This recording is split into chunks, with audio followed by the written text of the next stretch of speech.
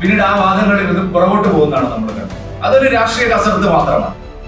എങ്ങനെയാണ് സ്വർണ്ണ കള്ളക്കടത്തിന് നേതൃത്വം നൽകിയ മോഷ്ടാവായിട്ടുള്ള ഉണ്ണികൃഷ്ണൻ പോറ്റിയും ആ സ്വർണം വിലക്കെടുത്തു എന്ന് പറയുന്ന വ്യാപാരിയും ഒരുമിച്ച് സോണിയാഗാന്ധിയെ കാണുന്നു?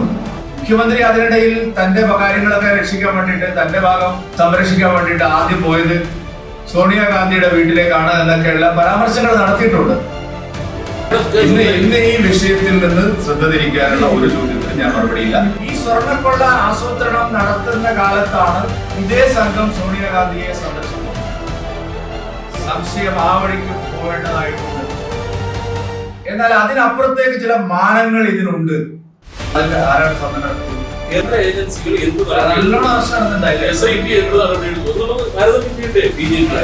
ഞാൻ പറഞ്ഞില്ല, ഇന്നത്തെ കാര്യം തിരുവനന്തപുരം അന്താരാഷ്ട്ര വിമാനത്താവളത്തിൽ അത് പറയാൻ വേണ്ടി വേറൊരു പണി നടത്താം.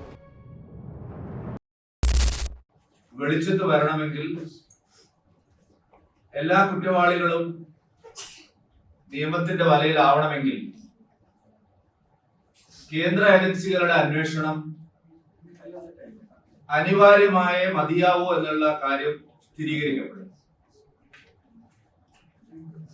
നമ്മള് സ്വർണ്ണക്കൊള്ളയുടെ വിശദാംശങ്ങൾ ഓരോന്ന് പുറത്തു വരുമ്പോഴും ഇവിടുത്തെ അന്വേഷണം കൊണ്ട് ഇത് പൂർണ്ണമായിട്ടും തെളിയാൻ പോകുന്നില്ല എന്നുള്ള വസ്തുതയിലേക്ക് എത്തിച്ചേരുകയാണ്. ഇപ്പൊ തന്നെ ഈ SIT അന്വേഷണം പ്രമുഖരായ പലരെയും രക്ഷപ്പെടുത്താൻ വേണ്ടി നീക്കം നടത്തുന്നതായിട്ടാണ് മനസ്സിലാവുന്നത്.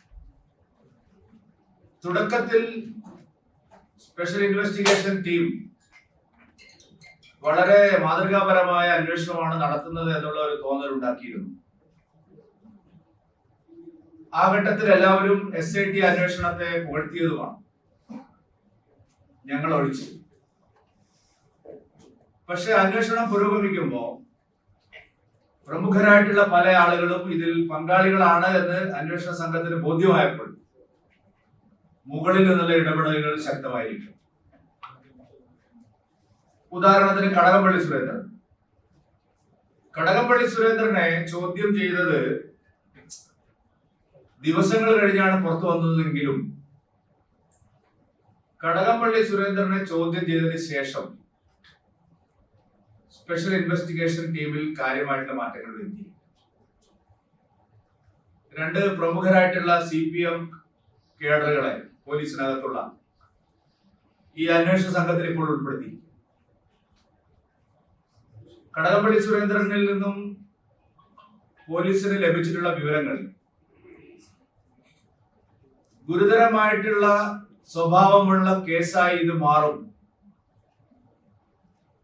ഇപ്പോൾ ഭരിക്കുന്ന സർക്കാരിന്റെ തലപ്പത്തേക്ക് ഈ അന്വേഷണം എത്തും എന്ന് കൃത്യമായി മനസ്സിലാക്കിയ ആഭ്യന്തര വകുപ്പും സംസ്ഥാന ഗവൺമെന്റും ഇപ്പോൾ നടത്തിക്കൊണ്ടിരിക്കുന്ന പരിശ്രമങ്ങളെല്ലാം ഈ അന്വേഷണത്തെ അട്ടിമറിക്കാൻ വേണ്ടി മാത്രമുള്ളതാണ്. ഈ കേസിലെ പ്രധാനപ്പെട്ട കുറ്റവാളിയായി വരേണ്ട ഒരാൾ ശങ്കർദാസ് ആയിരുന്നു. അദ്ദേഹത്തിന് കേരള പോലീസിനകത്തുള്ള സ്വാധീനം ഞാൻ പറയാൻ തന്നെ എല്ലാ മാധ്യമപ്രവർത്തകർക്കും മാലോകർക്കും എല്ലാം അറിയുന്നതാണ്. ശങ്കർദാസിലേക്ക് ഒരു അന്വേഷണവും എത്തുന്നില്ല. പത്മകുമാറും വാസുവും അതുപോലെ ദേവസ്വം ഭരണത്തിന്റെ തലപ്പത്തുള്ള മറ്റു പലരിലേക്കും ഈ അന്വേഷണം എത്തിയപ്പോൾ വളരെ ബോധപൂർവം ശങ്കർദാസിലേക്ക് ഈ അന്വേഷണം എത്താതിരിക്കാൻ ഇപ്പോൾ SIT ശ്രമിച്ചുകൊണ്ടിരിക്കുക. SIT കസ്റ്റഡിയിലെടുത്തു എന്ന് പറയുന്ന പല ആളുകളും കടുത്ത സമ്മർദ്ദത്തെ തുടർന്നാണ്, കോടതിയുടെ കർശനമായ ഇടപെടലിനെ തുടർന്നാണ് പല ആളുകളെയും ചോദ്യം ചെയ്യേണ്ടി വന്നത്, അറസ്റ്റ് ചെയ്യേണ്ടി വന്നത്. അതിനിടയിലാണ് ഈ കേസിന് പുതിയൊരു മാനം കൂടി വന്നിരിക്കുന്നത്. എന്തുകൊണ്ട് കേന്ദ്ര ഏജൻസികളുടെ അന്വേഷണം ആവശ്യമാണ് എന്നുള്ള ചോദ്യത്തിന് കൃത്യമായ ഉത്തരം ഇപ്പോൾ വന്നിരിക്കുകയാണ്. ഈ കേസ് അന്വേഷണം ശരിയായ നിലയിൽ പോകുന്നു എന്ന് പ്രതിപക്ഷ നേതാവ് ഉൾപ്പെടെ മുൻ പ്രതിപക്ഷ നേതാവ് ഉൾപ്പെടെയുള്ള ആളുകൾ സമ്മതിച്ച ഒരു ഘട്ടത്തിലാണ് സംസ്ഥാനത്തിന്റെ മുൻ പ്രതിപക്ഷ നേതാവ് ശ്രീ രമേശ് ചെന്നിത്തല ഒരു വെളിപ്പെടുത്തൽ നടത്തുന്നത്. ആ വെളിപ്പെടുത്തൽ ആദ്യഘട്ടത്തിൽ അത്ര ഗൗരവമുള്ള ഒരു വെളിപ്പെടുത്തലായി പൊതുസമൂഹം വിലയിരുത്തിയില്ലെങ്കിലും കുറച്ചു കഴിഞ്ഞപ്പോൾ ആ വെളിപ്പെടുത്തലിന് പിന്നിൽ ഗൗരവമേറിയ ചില സംഭവങ്ങൾ ഉണ്ടാവാം എന്നുള്ള നിലയിലേക്ക് നമ്മുടെ നാട് പറഞ്ഞു.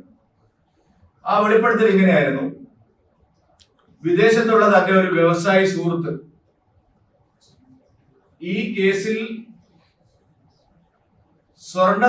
സാധാരണ സ്വർണത്തിന്റെ വില മാത്രമല്ല മോഷ്ടാക്കൾ ഉദ്ദേശിച്ച് ഇങ്ങനെ ഒരു കവർച്ച നടത്തിയത്.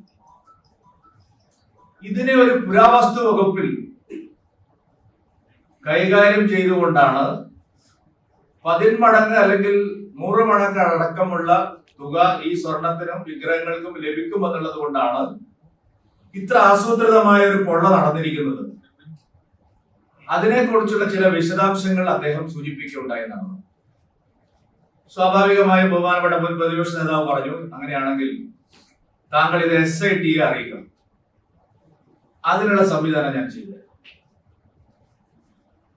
അപ്പോഴാണ് ഈ കേസിന്റെ മാനത്തിനെ കുറിച്ച് നേരത്തെ തന്നെ ബഹുമാനപ്പെട്ട ഹൈക്കോടതി പറഞ്ഞ ഒരു കാര്യമുണ്ട്. വലിയ തോതിൽ അത് ചർച്ചയായില്ല എന്ന് മാത്രമേ. ഈ കേസിന്റെ പ്രാരംഭഘട്ടത്തിൽ തന്നെ ബഹുമാനപ്പെട്ട ഹൈക്കോടതി പറഞ്ഞിരുന്നു, കുപ്രസിദ്ധരായിട്ടുള്ള ചില അന്തർദേശീയ വിഗ്രഹ മോഷ്ടാക്കൾ നടത്തിയതുപോലുള്ള ഒരു കൊള്ളയാണോ, ചില പേരുകൾ ഉദ്ധരിച്ചുകൊണ്ടാണ് ഹൈക്കോടതി നിരീക്ഷിച്ചത് ശബരിമലയിൽ നടന്നത്. സ്വാഭാവികമായും ബഹുമാനപ്പെട്ട ഹൈക്കോടതിക്ക് നേരത്തെ തന്നെ ഒരു സംശയം ഉണ്ടായിരുന്നു. കാരണം ഇതൊരു ശബരിമലയിലെ ഇത്ര കിലോ സ്വർണം മോഷ്ടിച്ച് അതിന്റെ നടപ്പ് വില വാങ്ങി എടുക്കാൻ വേണ്ടി മാത്രം നടന്ന ഒരു കൊള്ളയല്ല എന്നുള്ളതിനെ സംബന്ധിച്ചൊരു ന്യായമായ സംശയം ആദ്യമേ ഹൈക്കോടതിക്ക് ഉണ്ടായിരുന്നു. ആ സംശയം ബലപ്പെടുത്തുന്ന നിലയിലാണ് ഒരു വ്യവസായി തന്നോട് ഇത്തരം കാര്യങ്ങൾ വെളിപ്പെടുത്തിയത് എന്നുള്ള കാര്യം ബഹുമാനപ്പെട്ട രമേശ് ചെന്നിത്തല ചൂണ്ടിക്കാണിച്ചു. ഇപ്പൊ ഇന്നലെയാണെങ്കിൽ പിന്നീട് ആ വാദങ്ങളിൽ നിന്ന് പുറകോട്ട് പോകുന്നതാണ് നമ്മൾ കണ്ടത്. മുഖ്യമന്ത്രി അതിനിടയിൽ തന്റെ കാര്യങ്ങളൊക്കെ രക്ഷിക്കാൻ വേണ്ടിയിട്ട്, തന്റെ ഭാഗം സംരക്ഷിക്കാൻ വേണ്ടിയിട്ട് ആദ്യം പോയത് സോണിയാഗാന്ധിയുടെ വീട്ടിലേക്കാണ് എന്നൊക്കെയുള്ള പരാമർശങ്ങൾ നടത്തിയിട്ടുണ്ട്. അതൊരു രാഷ്ട്രീയ കസർത്ത് മാത്രമാണ്. എന്നാൽ അതിനപ്പുറത്തേക്ക് ചില മാനങ്ങൾ ഇതിനുണ്ട്. എങ്ങനെയാണ് സ്വർണ്ണക്കള്ളക്കടത്തിന് നേതൃത്വം നൽകിയ മോഷ്ടാവായിട്ടുള്ള ഉണ്ണികൃഷ്ണൻ പോറ്റിയും ആ സ്വർണം വിലക്കെടുത്തു എന്ന് പറയുന്ന വ്യാപാരിയും ഒരുമിച്ച് സോണിയാഗാന്ധിയെ കാണുന്നു? ഏത് കാലഘട്ടത്തിലാണ് സോണിയാഗാന്ധിയെ അവർ സന്ദർശിക്കുന്നത്?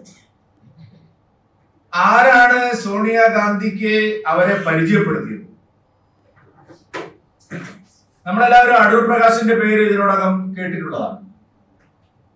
പക്ഷെ അടൂർ പ്രകാശ് മാത്രമല്ല, പത്തനംതിട്ട MP ആയിട്ടുള്ള ആന്റോ ആന്റണിയും ഇതിനകത്തുണ്ട് എന്ന് പിന്നീട് നമുക്ക് ബോധ്യമായി. ഈ സ്വർണ്ണക്കൊള്ള ആസൂത്രണം നടത്തുന്ന കാലത്താണ്, അതേ സമയത്താണ്, 2017 കാലഘട്ടത്തിലാണ് ഇതേ സംഘം സോണിയാഗാന്ധിയെ സന്ദർശിക്കുന്നത്. അപ്പൊ ഇവിടെ ഒരു വലിയ സ്വർണ്ണക്കൊള്ള പ്ലാൻ ചെയ്തതിനു ശേഷം അന്താരാഷ്ട്ര പുരാവസ്തു വിഗ്രഹ മാർക്കറ്റിൽ അത് വിറ്റഴിക്കണം എന്ന് തീരുമാനമെടുത്തതിന് ശേഷമാണ് അത് എവിടെ വിൽക്കണം എന്ന് ഉള്ള ഉദ്ദേശത്തിൽ ഈ സന്ദർശനങ്ങളെല്ലാം ഉണ്ണികൃഷ്ണൻ പോറ്റിയും വ്യവസായിയും നടത്തിയിട്ടുള്ളത്. അതായത് കേരളത്തിലെ ഗവൺമെന്റിനെ ഉപയോഗിച്ച് ഇവിടുത്തെ ദേവസ്വം വകുപ്പ് മന്ത്രിയെ ഉപയോഗിച്ച് അവരുടെ ദേവസ്വം ബോർഡ് പ്രസിഡന്റുമാരെയും ഉദ്യോഗസ്ഥന്മാരെയും ഉപയോഗിച്ച് ശബരിമലയിലുള്ള മുഴുവൻ അമൂല്യമായിട്ടുള്ള പുരാവസ്തുക്കളും വിഗ്രഹങ്ങൾ തന്നെ നേരിട്ട്, അത് ദ്വാരപാലക ശില്പങ്ങളായാലും വ്യാളിയുടേതായാലും ശിവന്റേതായാലും ഗോളകയായാലും അതിനപ്പുറത്തിന് വരാനിരിക്കുന്ന കാര്യങ്ങളായാലും, അതിന് കേവലമായ സ്വർണത്തിന്റെ വില മാത്രമല്ല, അമൂല്യമായിട്ടുള്ളതാണ്, വില മതിക്കാൻ കഴിയാത്ത വിഗ്രഹങ്ങളും പുരാവസ്തുക്കളുമാണ് ശബരിമലയിൽ നിന്ന് കവർച്ച ചെയ്യപ്പെട്ടത് എന്ന് കൃത്യമായും ഇപ്പോൾ ബോധ്യമായിരിക്കും. അപ്പോഴാണ് ആളുകള് എന്തിനായിരിക്കണം അവര് പിണറായി വിജയനെയും കടകംപള്ളി സുരേന്ദ്രനെയും മാത്രമല്ല സ്വാധീനിക്കേണ്ടത്? സോണിയാഗാന്ധിയുടെ അടുത്തേക്ക് എന്തിനായിരിക്കണം അവർ പോവേണ്ടത് എന്നുള്ള ന്യായമായ സംശയം ഉയരുന്നു. സംശയം ബലപ്പെടാൻ കാരണം ബഹുമാനപ്പെട്ട രമേശ് ചെന്നിത്തലയുടെയും ബഹുമാനപ്പെട്ട VD സതീശന്റെയും മലക്കം മറിച്ചിൽ കൂടി കാണുമ്പോഴാണ്. അങ്ങനെ വിശദമായ കാര്യങ്ങൾ പരിശോധിക്കുമ്പോഴാണ് സോണിയാഗാന്ധിയുടെ രക്തബന്ധത്തിലുള്ള ചില ആളുകൾക്ക് ഇറ്റലിയിൽ ഇത്തരം പുരാവസ്തുക്കളും വിഗ്രഹങ്ങളും വിപണനം ചെയ്യുന്ന സ്ഥാപനങ്ങളുണ്ട്. ഇത് നേരത്തെ തന്നെ അവർക്കെതിരെ നടക്കുന്ന ചില കേസുകളിൽ CBIക്ക് ബോധ്യമായിട്ടുള്ള കാര്യമാണ്. CBI ബഹുമാനപ്പെട്ട ദില്ലി ഹൈക്കോടതിയിൽ ഇത് സംബന്ധിച്ച് ചില വസ്തുതകൾ സത്യവാങ്മൂലമായി നൽകിയിട്ടുണ്ടായി. തമിഴ്നാട് കേന്ദ്രീകരിച്ചുകൊണ്ടുള്ള പല ക്ഷേത്രങ്ങളിൽ നിന്നും അതുപോലെ പുരാവസ്തു കൈവശമുള്ള പല വ്യക്തികളിൽ നിന്നും അനേകം വിഗ്രഹങ്ങളും പുരാവസ്തുക്കളും അവിടെ വിപണനം ചെയ്യപ്പെട്ടിട്ടുണ്ട് എന്നുള്ള വിവരങ്ങളും പുറത്തു വരുന്നുണ്ട്. ഇറ്റലിയിൽ സോണിയാഗാന്ധിയുടെ രക്തബന്ധത്തിലുള്ള ചില ആളുകൾക്ക് ഇത്തരത്തിലുള്ള പുരാവസ്തുക്കളും വിഗ്രഹങ്ങളും വിപണനം ചെയ്യുന്ന വലിയൊരു മാർക്കറ്റ് ഉണ്ട്. അവർക്ക് അത്തരത്തിലുള്ള സ്ഥാപനങ്ങളുണ്ട്. അപ്പൊ അങ്ങനെ എന്തെങ്കിലും സ്വാധീനം ചെലുത്താൻ വേണ്ടിയാണോ ആന്റോ ആന്റണിയും അടൂർ പ്രകാശിന്റെയും ഒക്കെ മാധ്യസ്ഥതയിൽ ഈ വിഗ്രഹമോഷ്ടാവായിട്ടുള്ള ഉണ്ണികൃഷ്ണൻ പോറ്റിയും ഈ സ്വർണം വിലക്കെടുത്തിട്ടുള്ള വ്യവസായിയും ആ കാലത്ത് അതേ കാലത്ത് സോണിയാഗാന്ധിയെ കണ്ടത് എന്നുള്ള സംശയവും ബലപ്പെടുകയും. അതുകൊണ്ട് ഈ കേസിന്റെ അന്വേഷണം ശരിയായ നിലയിൽ വ്യക്തമായ വിവരങ്ങൾ അവിടെ പുറത്തു വരണമെങ്കിൽ ആ വിവരങ്ങളിലേക്ക് കൂടി SIT കടക്കണം. ഇതിന് രാജ്യാന്തര മാനങ്ങളുള്ള ബന്ധങ്ങളുണ്ട് എന്ന് കോടതിക്ക് തന്നെ ബോധ്യമായിട്ടുള്ള കാര്യമാണ്. കുപ്രസിദ്ധരായിട്ടുള്ള അന്താരാഷ്ട്ര വിഗ്രഹ കള്ളക്കടത്തുകാരുമായി മോഷ്ടാക്കളുമായി സാമ്യമുള്ള സംഭവമാണോ നടന്നിരിക്കുന്നത് എന്ന് ചോദിച്ചത് കേരളത്തിലെ രാഷ്ട്രീയ പ്രവർത്തകരോ മാധ്യമ സുഹൃത്തുക്കളോ അല്ല. ആ ചോദ്യം നേരെ ചൊവ്വേ ചോദിച്ചത് ബഹുമാനപ്പെട്ട കേരള ഹൈക്കോടതിയാണ്. ചില വിഗ്രഹ മോഷ്ടാക്കളുടെ പേരുകൾ തന്നെ സൂചിപ്പിച്ചുകൊണ്ടാണ് ബഹുമാനപ്പെട്ട കേരള ഹൈക്കോടതി ആ ചോദ്യം ഉന്നയിച്ചത്. ഇപ്പോൾ രമേശ് ചെന്നിത്തലയുടെ സുഹൃത്തായിട്ടുള്ള വ്യവസായി വെളിപ്പെടുത്തിയതും അത് തന്നെയാണ്. ഇതൊരു സ്വർണ്ണ മോഷണം മാത്രമല്ല, ഇത് അന്താരാഷ്ട്ര മാർക്കറ്റിൽ ചെന്നിത്തലയാവട്ടെ അതിന്റെ ഒരു മതിപ്പ് വിലയും കൂടെ പറയുന്നുണ്ട്. ഞാൻ പറഞ്ഞതല്ല, ബഹുമാനപ്പെട്ട ചെന്നിത്തലയാവട്ടെ അതിന്റെ ഏതാണ്ട് ഒരു മതിപ്പ് വിലയും കൂടി പറഞ്ഞുകൊണ്ടാണ് ഈ വിവരങ്ങൾ വെളിപ്പെടുത്തിയത്. സംശയം ആ വഴിക്കും പോവേണ്ടതായിട്ടുണ്ട്. അതുകൊണ്ടാണ് ഞങ്ങൾ പറഞ്ഞത് ഈ അന്വേഷണം കേരള പോലീസ് അന്വേഷിച്ചാൽ മതിയാവില്ല. കേന്ദ്ര ഏജൻസികൾ അന്വേഷിക്കണം. രാജ്യാന്തര തലത്തിലുള്ള ബന്ധങ്ങൾ അന്വേഷിക്കാൻ കഴിയുന്ന ഏജൻസികൾ അന്വേഷിക്കണം. അത്തരം സ്ഥാപനങ്ങളിലേക്കും അത്തരം ഉന്നത വ്യക്തികളിലേക്കും പോകുന്ന ഒരു അന്വേഷണം ആവശ്യമുണ്ട്. സ്വർണ്ണക്കൊള്ള കേസിൽ കഴിഞ്ഞ കുറച്ച് ദിവസമായി കോൺഗ്രസിന്റെ ഒരു ഒളിച്ചുകളി വളരെ പച്ചയായിട്ട് നമുക്ക് കാണാം. ഒരൊറ്റ നേതാവും ഈ സ്വർണ്ണക്കൊള്ളയിൽ നിരന്തരമായ ആരോപണങ്ങൾ ഉന്നയിക്കുന്ന ഒരൊറ്റ നേതാവും സോണിയാഗാന്ധിയെ ഉണ്ണികൃഷ്ണൻ പോറ്റിയും വ്യവസായിയും എങ്ങനെ ഒരുമിച്ച് കണ്ടു, എന്തിന് ഒരുമിച്ച് കണ്ടു എന്നുള്ളതിന് ഇതുവരെ ഒരു വിശദീകരണവും നൽകിയിട്ടില്ല. ഏത് കാലഘട്ടത്തിലാണ് കണ്ടത്, എന്തിനാണ് കണ്ടത്, ആ സന്ദർശനത്തിന്റെ ഉദ്ദേശം എന്തായിരുന്നു എന്നൊരൊറ്റ കോൺഗ്രസ് നേതാവും ഇതുവരെ അതിനുള്ള വിശദീകരണം നൽകിയിട്ടില്ല. അപ്പൊ അതുകൊണ്ട് സംശയങ്ങളും ദുരൂഹതകൾ വർദ്ധിക്കുകയാണ്. ഞങ്ങൾ ആദ്യമേ പറഞ്ഞു, സ്വർണ്ണക്കൊള്ളയിലെ വിശദാംശങ്ങൾ മുഴുവൻ പുറത്തു വരുമ്പോ LDF-നെ പോലെ തന്നെ UDF-നും അതിൽ പരിക്ക് പറ്റും. അത്ര ഹരിശ്ചന്ദ്രന്മാരല്ല പ്രതിപക്ഷത്തിരിക്കുന്നത്. അതുകൊണ്ട് സമഗ്രമായ അന്വേഷണം ആവശ്യമുണ്ട്. അതും കേന്ദ്ര ഏജൻസികളുടെ അന്വേഷണം ആവശ്യമുണ്ട്. ഞങ്ങൾ സൂചിപ്പിക്കാൻ ആഗ്രഹിക്കുന്നത്, വൈറലായിട്ടുള്ള ഒരു പാട്ടിപ്പ് ഇറങ്ങിയല്ലോ, ആ പാട്ടിൽ ചില ഭേദഗതികൾ വരുത്തേണ്ടി വരും എന്നുള്ളതാണ്. വരും ദിവസങ്ങളിൽ ആ പാട്ടിൽ ചില ഭേദഗതികൾ വരുത്തി നമുക്ക് കേൾക്കേണ്ടതായിട്ട് വരും. സ്വർണം കണ്ടവൻ ആരപ്പ, സഖാക്കളാണ് അയ്യപ്പ, സ്വർണം വിറ്റത് ആർക്കപ്പ? കോൺഗ്രസിനാണ് അയ്യപ്പ. ലാഭം കൊയ്തത് ആരൊക്കെ? ഇന്ത്യ മുന്നണി ഒറ്റക്ക്.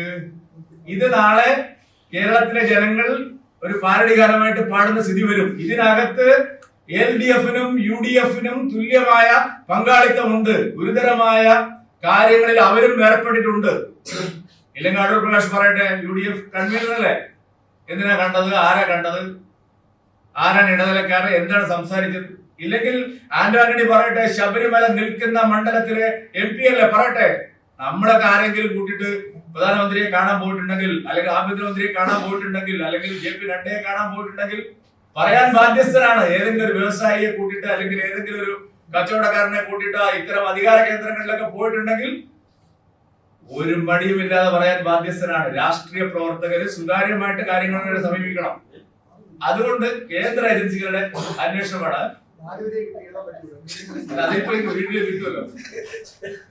അതിനി വരാൻ പോകുന്ന പാട്ടാണ്. കാരണം ഈ കേസ് കഴിയുമ്പോ, അല്ലെ ഈ കേസിന്റെ അന്വേഷണം ഫലപ്രദമായി നടക്കുമ്പോ UDF-നും തുല്യമായ പങ്കാളിത്തം ഉണ്ടാവും.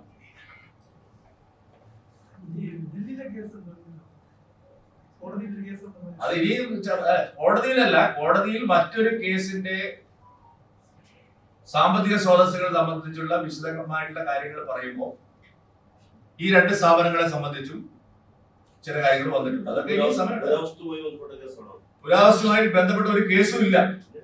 വേറൊരു കേസിൽ ദില്ലിയിൽ പല കേസുകളും നടക്കുന്നുണ്ടല്ലോ. നിങ്ങൾ കുറച്ചുകൂടി വിശദാംശങ്ങൾ ഞാൻ തരാം.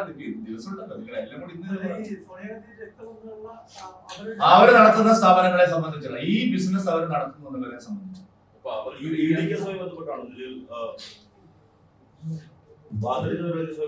നിലവിൽ വാദ്രക്കെതിരെ കേസുണ്ട്, മറ്റേ നാഷണൽ ഹെറാൾഡിനെതിരെയുള്ള കേസുണ്ട്, പല കേസുകളുണ്ട്. അതുകൊണ്ട് ആ സാധനങ്ങളൊക്കെ വരുന്നു. എന്ത് ഞാനിപ്പോ ഒരു കാര്യം പ്രാഥമികമായിട്ട് പറയുകയാണ്. അതുകൊണ്ട് അതെല്ലാം അന്വേഷിക്കണം എന്നാണ് ഞാനിപ്പോ പറഞ്ഞിരിക്കുന്നത്. അവരുമായിട്ട് ബന്ധപ്പെട്ട ഒരു കേസുമില്ല. അവരുടെ സ്വത്ത് വിവരങ്ങൾ അന്വേഷിക്കുന്ന സന്ദർഭത്തിൽ കിട്ടിയിട്ടുള്ള വിവരങ്ങളാണ് ഈ സോണിയാഗാന്ധിയുമായി ബന്ധപ്പെട്ട വിഷയങ്ങൾ മുഖ്യമന്ത്രി പറയുമ്പോഴും അദ്ദേഹം ഇപ്പോഴും ഉറച്ച നിലപാടെടുക്കുകയാണ്. CBI അന്വേഷണം വേണ്ട. അതല്ലേ ഞാൻ പറഞ്ഞത്, ഈക്വലി റെസ്പോൺസിബിൾ ആണ് CPM-ഉം കോൺഗ്രസും. CBI അന്വേഷണം വന്നാൽ കടകംപള്ളിക്ക് ബുദ്ധിമുട്ടാവില്ലേ? കടകംപള്ളിയുടെ അപ്പുറത്തേക്ക് പോയാൽ ബുദ്ധിമുട്ടാവില്ലേ? അവസാനം മുഖ്യമന്ത്രിക്ക് തന്നെ ബുദ്ധിമുട്ടാവില്ലേ? അല്ല, അങ്ങ് നേരത്തെ പറഞ്ഞു ഭരണതലപ്പത്തേക്ക് എത്തുന്നുണ്ട്. അങ്ങനെയാണെങ്കിൽ ഈ അന്വേഷണം ക്ലിപ്പ് ഹൗസിലേക്ക് എത്തും. അതല്ലേ ഞാനിപ്പോ പച്ച മലയാളത്തിൽ തന്നെയല്ലേ പറഞ്ഞത്. ഇതിന് ശരിയായ പരിഹാരം കാണണമെങ്കിൽ കേരള പോലീസിന്റെ SIT അന്വേഷിച്ചിട്ട് കാര്യമില്ല എന്ന് വളരെ കൃത്യതയോടെ ഞാൻ പറഞ്ഞിരിക്കുകയാണ്.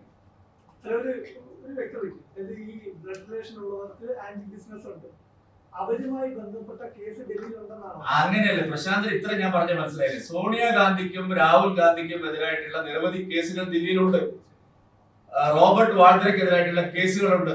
അവിടെയെല്ലാം അവരുടെ സാമ്പത്തിക സ്രോതസ്സുകളെ കുറിച്ചും മറ്റുറവിടങ്ങളെ കുറിച്ചൊക്കെയുള്ള അന്വേഷണങ്ങൾ നടന്നിട്ടുണ്ട്. അതിനിടയിൽ ചില വിശദാംശങ്ങൾ, അവർക്ക് ഇറ്റലിയിലുള്ള ചില വ്യാപാരങ്ങളെ സംബന്ധിച്ചുള്ള വിശദാംശങ്ങളുണ്ട്. ഇതെല്ലാം വെളിയിൽ വരുന്ന കാര്യമാണ്. അതല്ലാതെ ഞാനിപ്പോ എഴുതിയുണ്ടാക്കി കൊണ്ടുവന്നതല്ല. ഈ കേന്ദ്ര ഏജൻസി അന്വേഷിക്കുന്നു എന്ന് പറയുമ്പോൾ വിവേക് വിജയൻ അയച്ച ED നോട്ടീസിന്റെ കാര്യത്തിൽ ഇതേവരെ വേണ്ടിയിട്ടില്ല.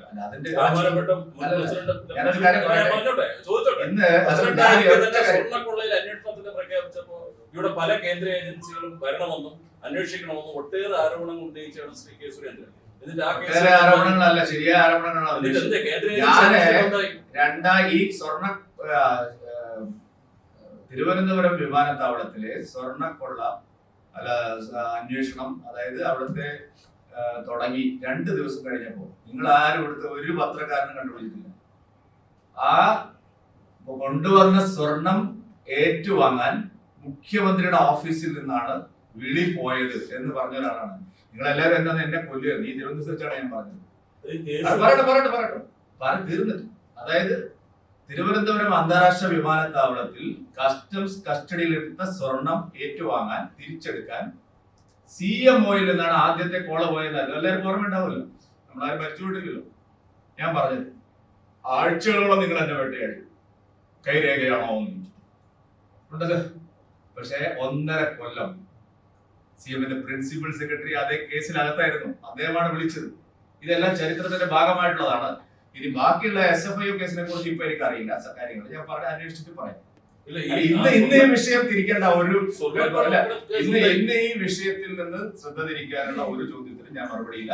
ഇന്ന് ഞാൻ ചില കാര്യങ്ങൾ സുപ്രധാനമായിട്ടുള്ള ചില കാര്യങ്ങൾ പറഞ്ഞിരിക്കണം. നിങ്ങൾക്ക് സമാധാനത്തോടെ അത് എഴുതാതിരിക്കാം, അല്ലെങ്കിൽ വിട്ടുകളയാൻ എന്ത് വേണം ചെയ്യും. ഇന്ന് ഈ വിഷയം അല്ലാതെ ഒരു ചോദ്യത്തിന് ഞാൻ മറുപടി പറയും.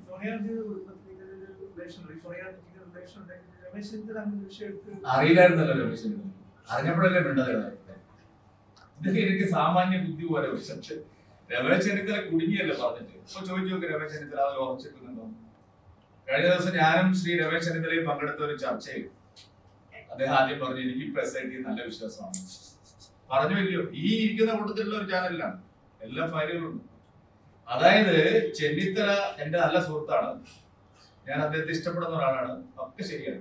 അദ്ദേഹം ആദ്യം വിചാരിച്ചത് ഈ SIT അന്വേഷിച്ചാൽ പോരാ, കാരണം ഇത് അന്താരാഷ്ട്ര മാനങ്ങളുണ്ട്, ഇത് അന്താരാഷ്ട്ര ആന്റിക് മാർക്കറ്റിൽ സഹസ്രകോടിക്കണക്കിന് രൂപയുടെ 50,000 കോടി എന്നെ പുള്ളി പറഞ്ഞു, ഞാൻ കോടി ഓർക്കുന്നില്ല, വില വരുന്ന ഇടപാടുകൾ നടന്നു എന്ന് പറഞ്ഞ ഒരാളാണ് ആര്. അതുകൊണ്ട് ഈ അന്വേഷണം കേന്ദ്ര ഏജൻസികൾ നടത്തണം എന്ന് പറഞ്ഞ ആളാണ്. ആണോ ഇല്ലയോ? ഫയലുണ്ടോ ഇല്ലയോ? ഒരു കമ്പാരിസൺ നടത്തിക്കോട്ടെ. അതാണ് രണ്ട് സ്വർണ്ണ കേസാണ് കേരളം ചർച്ച ചെയ്തത്. ഞാൻ പറഞ്ഞോട്ടെ, ഒന്ന് അതൊന്നും അസൂക്ഷ്മമായിരിക്കില്ലല്ലോ. എയർപോർട്ടിൽ നിന്ന് വന്ന സ്വർണത്തിന്റെ കേസിൽ ഒരു പ്രതി അറസ്റ്റ് ചെയ്തിട്ടില്ല. ഞാൻ പറഞ്ഞോട്ടെ, ഒരു പ്രതിയെ പോലും അറസ്റ്റ് ചെയ്തിട്ടില്ല. അതിനകത്ത് അറസ്റ്റ് ചെയ്ത് കേന്ദ്ര ഏജൻസി എന്ത് നടപടിയെടുത്തു? SITയുടെ കാര്യത്തിൽ ഹൈക്കോടതി നിയന്ത്രിക്കുന്ന SIT ആണ്, സ്റ്റേറ്റ് ഗവൺമെന്റ് അല്ല. അതിൽ ഇത്രയും അറസ്റ്റ് നടന്നു. ഒരു കമ്പാരിസൺ കേരളത്തിൽ ആരാണ് സ്വർണ്ണം നടത്തിയത്? ഞാൻ ചോദിച്ചതല്ലേ, കേന്ദ്ര ഏജൻസികൾ എന്ത് SIT എന്ത് നടപടിയെടുത്തു എന്നുള്ളത് താരതമ്യം ചെയ്യട്ടെ BJP. ഞാൻ പറഞ്ഞല്ലേ, ഇന്നത്തെ കാര്യം തിരുവനന്തപുരം അന്താരാഷ്ട്ര വിമാനത്തിലെ സ്വർണ്ണക്കള്ളക്കടത്തല്ല. അത് പറയാൻ വേണ്ടി വേറൊരു പത്രസമ്മേളനം വേണമെങ്കിൽ നടത്താം. ഇന്നത്തെ കാര്യം ശബരിമലയിലെ സ്വർണ്ണക്കൊള്ളയാണ്. അല്ല, രമേശ് ചെന്നിത്തല ആദ്യം ഇതൊക്കെ അദ്ദേഹം കേട്ട കാര്യങ്ങളൊക്കെ പറഞ്ഞു. പക്ഷെ ഇതിന്റെ അപകടം പിന്നെ ആയിരിക്കും. അല്ലേ പിന്നെ എന്തിനാ ഞാൻ ചോദിക്കട്ടെ, ഒരു കാര്യം പറഞ്ഞിട്ട് രമേശ് ചെന്നിത്തല ഒരു കാര്യം പറഞ്ഞിട്ട് ഇപ്പോഴെന്താണ് ആ കാര്യത്തിൽ സ്റ്റിക്ക് ഓൺ ചെയ്താത്തത്? അതെന്റെ ഒരു ചോദ്യമല്ലേ? അല്ലെങ്കിൽ ഞങ്ങൾക്കും ഈ സംശയം ആദ്യം വരില്ലായിരുന്നു. പിന്നെയാണ് അന്വേഷിച്ച് പോകുമ്പോ ഇതിനകത്ത് വെറുതെ കണ്ടതല്ലെന്നും മന്ത്രച്ചരട് കെട്ടിയതല്ലെന്നും. മന്ത്രച്ചരട് കെട്ടാൻ ഇയാളെ ഏത് പോറ്റിയാണ്? ഏത് അമ്പലത്തിൽ പോറ്റിയാണ്? ഇദ്ദേഹത്തിന് ആന്ധ്രയിൽ ക്ഷേത്രം ഉണ്ടെന്നാണ് പറയുന്നത്. ചെറിയ കളിയല്ല നടന്നിരിക്കുന്നത്. അപ്പൊ ആ വഴിക്ക് വരുന്ന ദക്ഷിണേന്ത്യയിൽ നിന്ന് വരുന്ന പല വിഗ്രഹങ്ങളും പല പുരാവസ്തുക്കളും, ഇനി ധാരാളം കാര്യങ്ങൾ പറയാനുണ്ട്, ഞാനത് അടുത്ത സന്ദർഭത്തിൽ പറയാം. ഇപ്പൊ ഞാൻ ഒരു കാര്യം ഉറപ്പിച്ചു പറയുന്നു. ശബരിമലയിലെ സ്വർണ്ണക്കൊള്ള കേസിൽ നിന്ന് എളുപ്പത്തിൽ കോൺഗ്രസിനും കൈ കഴുകി രക്ഷപ്പെടാനാവില്ല. ബാക്കിയെല്ലാം പിന്നീട് വിഷയമാണ്.